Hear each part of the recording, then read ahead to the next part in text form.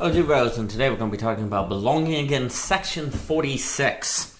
And the last one we asked the question of if we could solve the problem of scale and spread, which is discussed throughout O.G. Rose, regarding the possibility of the majority gaining absolute knowing for the majority to be Nietzschean children. If this could work out through perhaps someone becoming a Nietzschean child or a few people who then spread that benefit, the benefits of that, to the majority through a platform, through the internet, through things like that.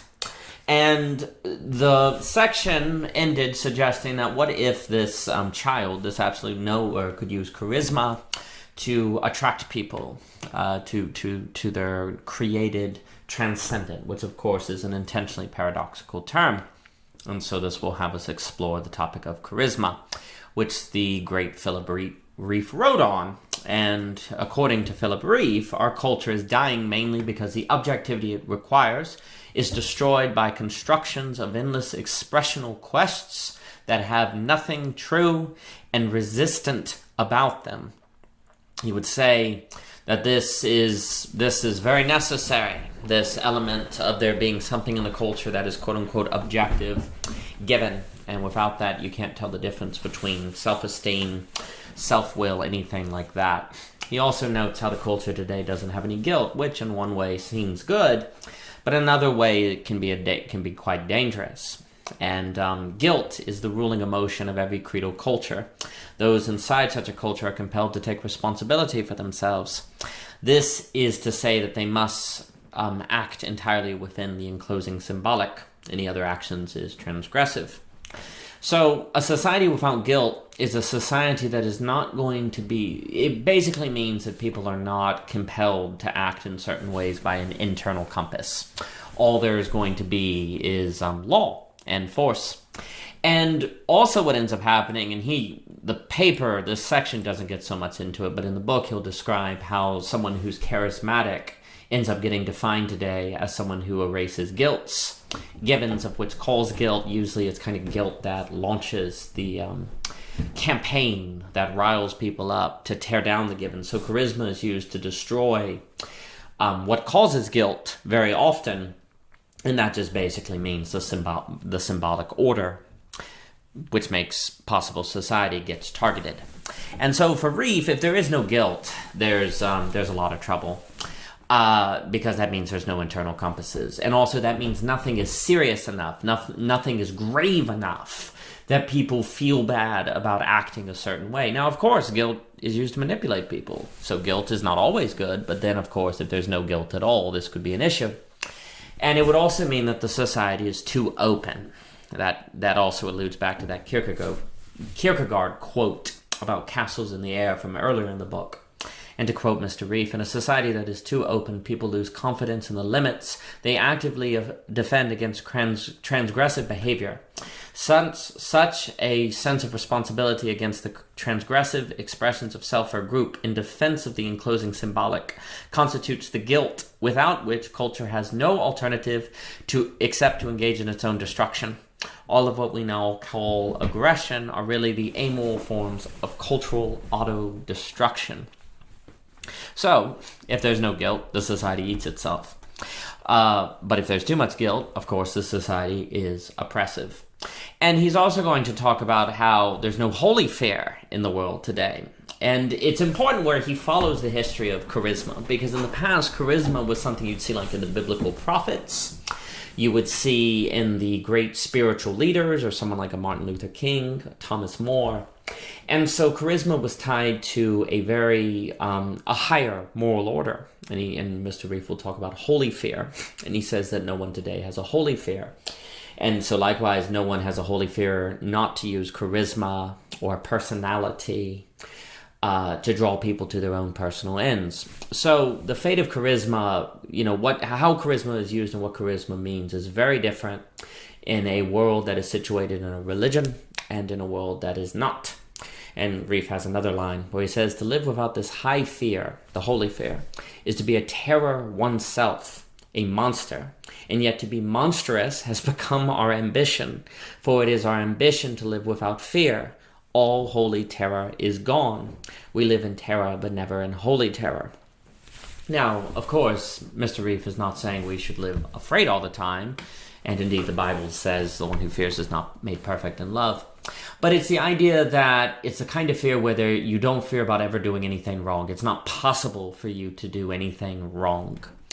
And that's monstrous. A kind of people that aren't afraid about doing anything wrong do whatever they want, and so they become monstrous. So there's this irony that occurs where if there's no holy fear, everyone becomes monstrous. And this is what Rieff thinks is happening today, basically, is that everyone is kind of monstrous. Now, that might be overly dramatic, but there is something about we don't take seriously Lacan's the real, and so the real is not mediated, it isn't worked through, and so it just kind of explodes randomly. And I do think we see a lot of monstrous activity in families and marriages and communities. So, it's strong language that Mr. Rieff uses, but I think we have to take it quite seriously.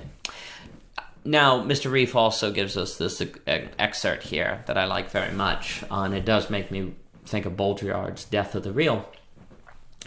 Rieff writes that a mixture of transgressive and therapeutic parodies of personal devotion without intensifications of the interdicitatory form now dominate both our culture and political life.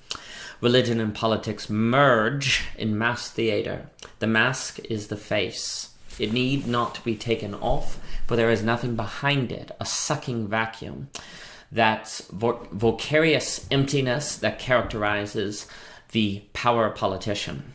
So Rieff is certainly going to begin talking about how the politician today is the new charismatic. And this is quite problematic because the politician uses influence and celebrity status for their own benefit. And at this point, I think it's interesting because we can really see that the world today is driven by influence. The term I want to use here is kind of influence. And this kind of bad charisma is when you start talking about celebrityism, publicity, and influence. And I like influence here because, everyone online is an influencer. And we also see today this interesting push where everyone's trying to create their own platform.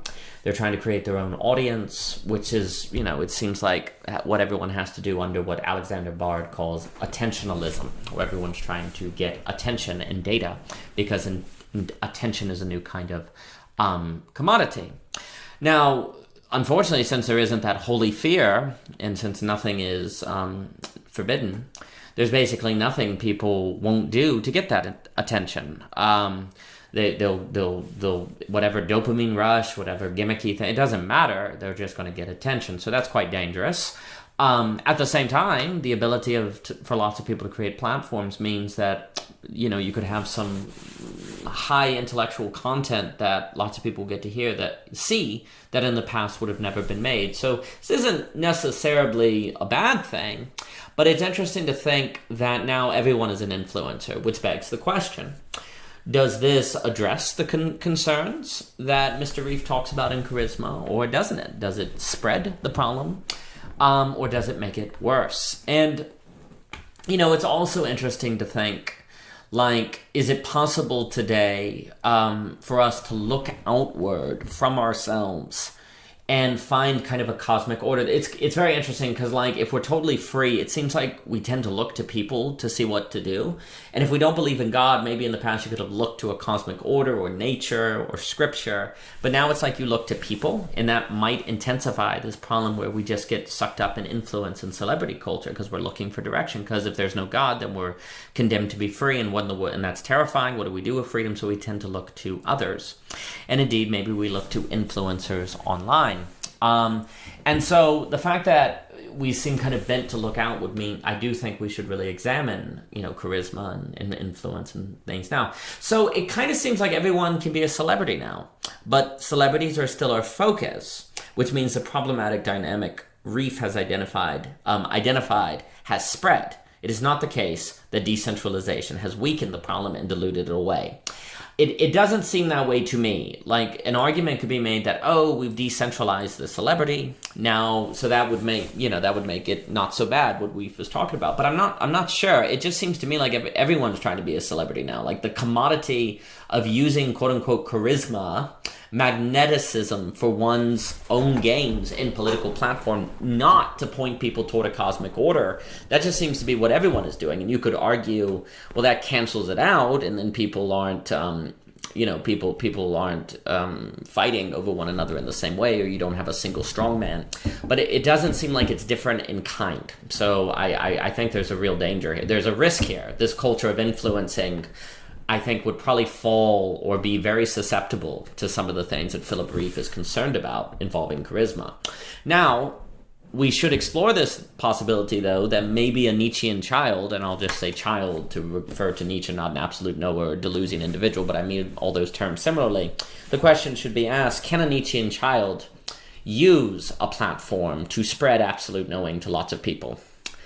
Well, I'm afraid I'm not so sure. I'm also not so sure that a Nietzschean child couldn't get such a platform and in that very act not be transformed into something bad. I mean, there's an argument to be made that, like, Hitler is a kind of Nietzschean child, I'm afraid.